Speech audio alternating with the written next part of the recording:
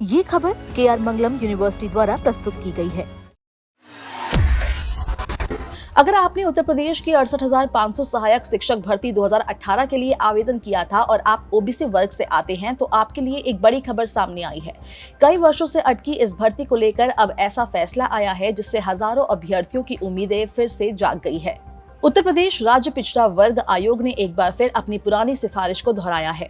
आयोग का कहना है कि ओबीसी अभ्यर्थियों को अर्हता अंकों में 5% की छूट मिलनी चाहिए, यानी 150 अंकों की परीक्षा में 60 अंक यानी 40% अंक हासिल करने वाले ओबीसी अभ्यर्थियों को भी पास माना जाए। दरअसल आयोग ने ये सिफारिश पहली बार 5 जनवरी 2022 को की थी। अब हाल ही में बैठक हुई है, इसमें आयोग ने उसी सिफारिश को फिर से बरकरार रखा है और बेसिक शिक्षा विभागों से भर्ती का परिणाम संशोधित करने की बात कही गई है। आयोग का तर्क है कि राष्ट्रीय अध्यापक शिक्षा परिषद यानी NCTE की अधिसूचना और उत्तर प्रदेश आरक्षण नियमावली के अनुसार ओबीसी वर्ग को अर्हता अंकों में 5% की छूट देना पूरी तरह नियमों के अनुरूप है। इतना ही नहीं, आयोग ने ये भी कहा कि प्रदेश की 69,000 सहायक शिक्षक भर्ती, जूनियर एडेड शिक्षक भर्ती और सहायक शिक्षक भर्ती 2021 में ओबीसी अभ्यर्थियों को पहले ही ऐसी छूट दी जा चुकी है। ऐसे में केवल 78,500 भर्ती के उम्मीदवारों को इस लाभ से वंचित रखना समानता के अधिकार के खिलाफ माना जा सकता है।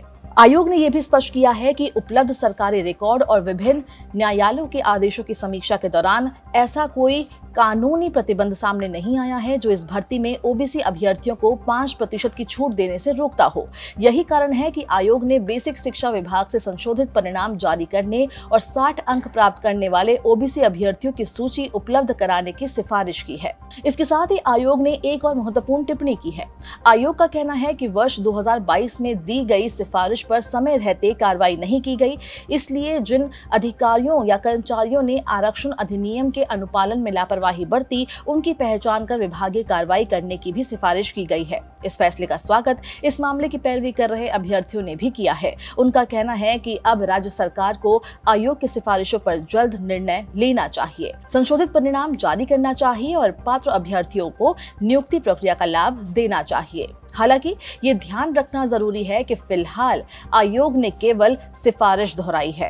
अंतिम फैसला और संशोधित परिणाम जारी करना अब संबंधित विभाग और राज्य सरकार के अधिकार क्षेत्र में होगा।